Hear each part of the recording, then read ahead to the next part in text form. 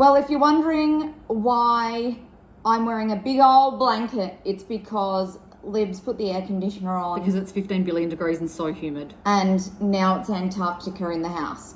Anyway, welcome to After the Try number 2, baby. We hope you enjoyed episode 1. And even if you didn't, we're back with episode 2. And look, we're adjusting the orientation. We are learning as we go. So, in fact, fingers crossed. We were about to hit go on portrait mode. Yeah. And I quickly said, no, we must change that to landscape. So slow learners. Now, this week's try for us was dog sitting. In order to, I'm not going to say prepare ourselves for potentially having kids because everyone will be screaming at the screens. We're very well aware that house sitting a dog for 2 days. House sitting a dog? Well, dog sitting a dog? Dog sitting a dog for 2 days doesn't, automatically make us magical, excellent parents and ready for parenthood. Doesn't compare to kids, no. Apparently. No. Although, it's hard work. We have a toy poodle back in Adelaide with our parents that we do very little for when we see her. Well, and she's very, very low maintenance. However, she's low maintenance until this week when Mum told us that she can actually no longer sleep in the laundry where she sleeps because she just scratches on the door. And so they've had to give her like white noise and let her sleep on their bed. So, oh my God, you think they're low maintenance and then they become high maintenance. So Mum legit bought a white noise machine, did she? A white noise machine. Sorry, but since when does a dog have a white noise machine? Well, anyway, apparently that hasn't worked and what she's, now slumming it with the slumming it? Sorry, living it up in luxury, with more the like parentals. But this week's try, I was quite excited about this one because I miss having a dog. We do love dogs, but we like the right dogs. I can't say I'm a big slobby dog fan. I get scared of really big dogs when they jump up on me and stuff. And just so that everyone is well aware, we had to put this whole weekend aside for this. Like, we don't do things by halves. I feel like some people think we probably make up half the things that we do. We literally do everything that we say we're going to do. For the podcast. By 1,000. We do everything properly. So we put aside the whole weekend. We made sure we made no plans. And we both wanted to be home in fairness to each other so that one didn't take more of the load. So we spent the whole weekend looking after our little Purdey. Looking after the dog Purdey. For example, for our colonic irrigation, we actually got a colonic. We weren't just saying it. We actually do these things wholeheartedly and truly. So, as Lib said, we both made sure we had a free weekend so that we could do this 50-50. Also, I think when you're looking after someone else's dog, you've got to make sure that you are on guard fully because if anything ever happened to someone else's dog or child on my watch, I'm done. No, you can't live. You can't live with yourself. So Purdey was a 2-year-old Border Collie that we borrowed for the weekend from your friend Sarah. Mm-hmm.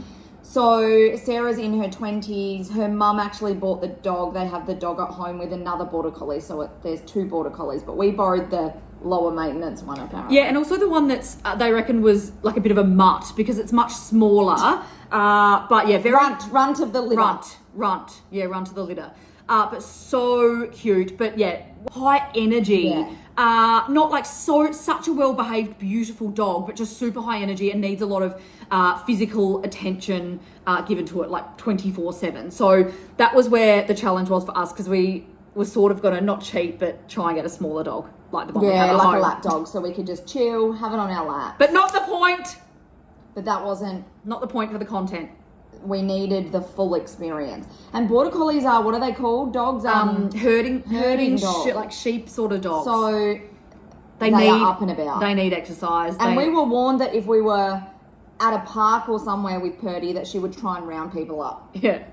We were given lots of little warnings about her, just in terms of, the high energy.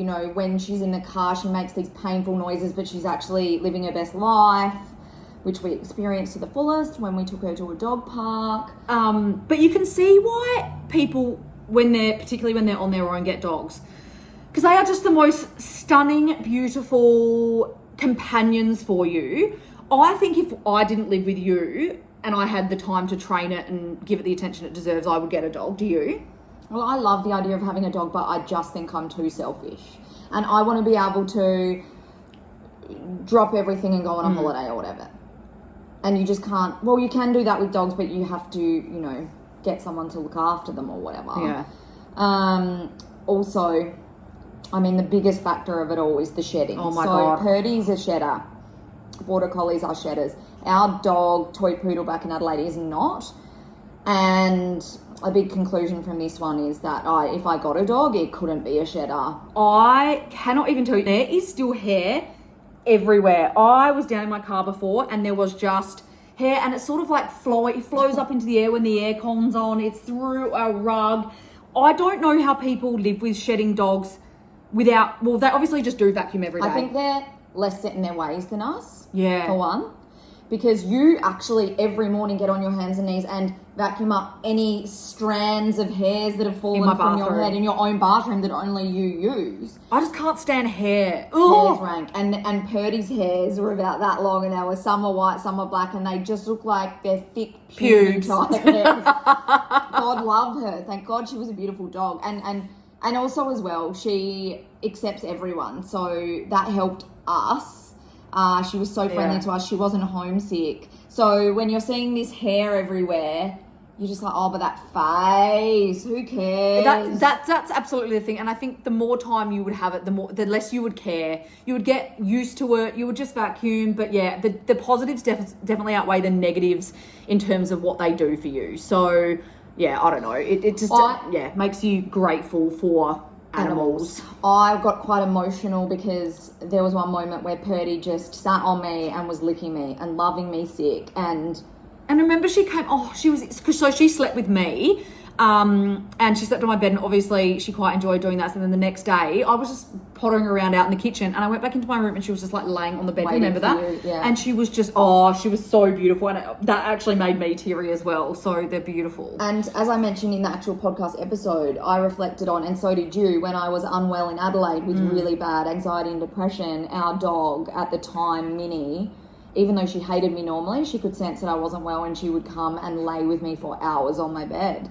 And so they have a real healing power. They just sense when you're not doing okay. And so, I don't know, I was just thinking about all of that and how non-judgmental and accepting dogs in particular are. And I just think they're such a gift to this world, especially for older, lonely people. And I think guide dogs and stuff, sorry to cut you off, but like guide dogs, what an amazing gift they are to the world. And I also think if people don't have pets, people can often be like, if someone takes a day off work because their dog's died or whatever, they can be like, oh, that's so ridiculous. Like, they are part of the family for, you know, potentially 15 years, even if it's like lesser than that. I think people have to realise they are such a big part of people's lives, and it literally is like a death in the family when something happens to a dog. So just be a bit more patient if you're one of those people. The thing about dogs is their lifespan isn't very long. So when one passes away, I remember in Adelaide when Minnie died,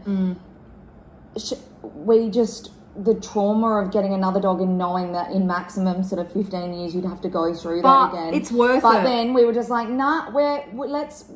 Mum particularly was very upset about losing that dog, and she was like, I can't go through it again. And we just thought, we need to just get another dog.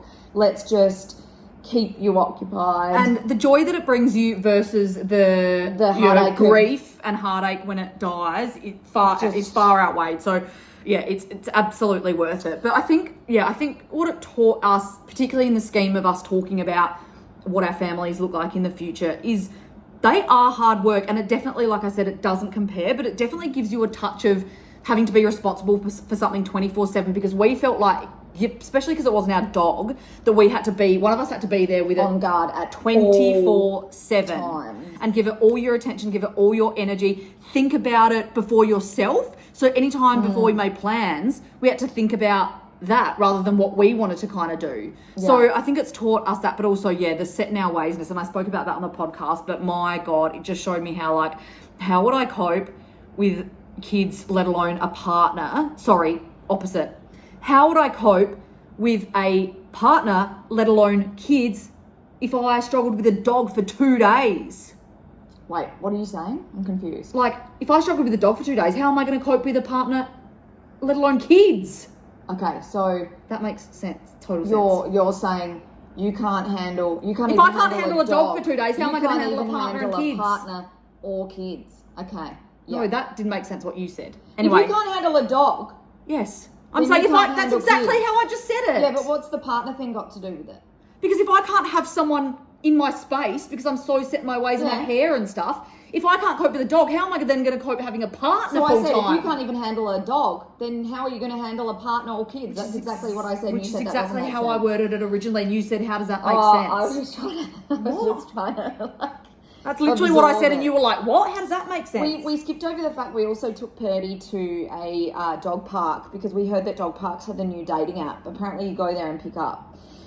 But that didn't happen for us. We took her, there was a Bucks party, and so we thought, oh, we are on here, especially because Purdey loves men for some weird reason, and we thought she would just go in and make friends, and the Bucks party wanted nothing to do with us, and we wanted to keep Purdey on a leash because we cannot have her off leash if something happened to her.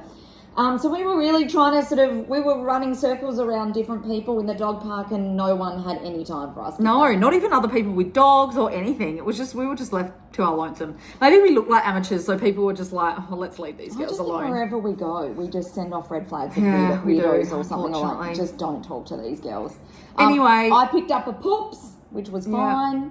But I think, moral of this whole situation is absolutely love dogs. Would love to get one if we could and if we had time and the energy to give it, but we just can't.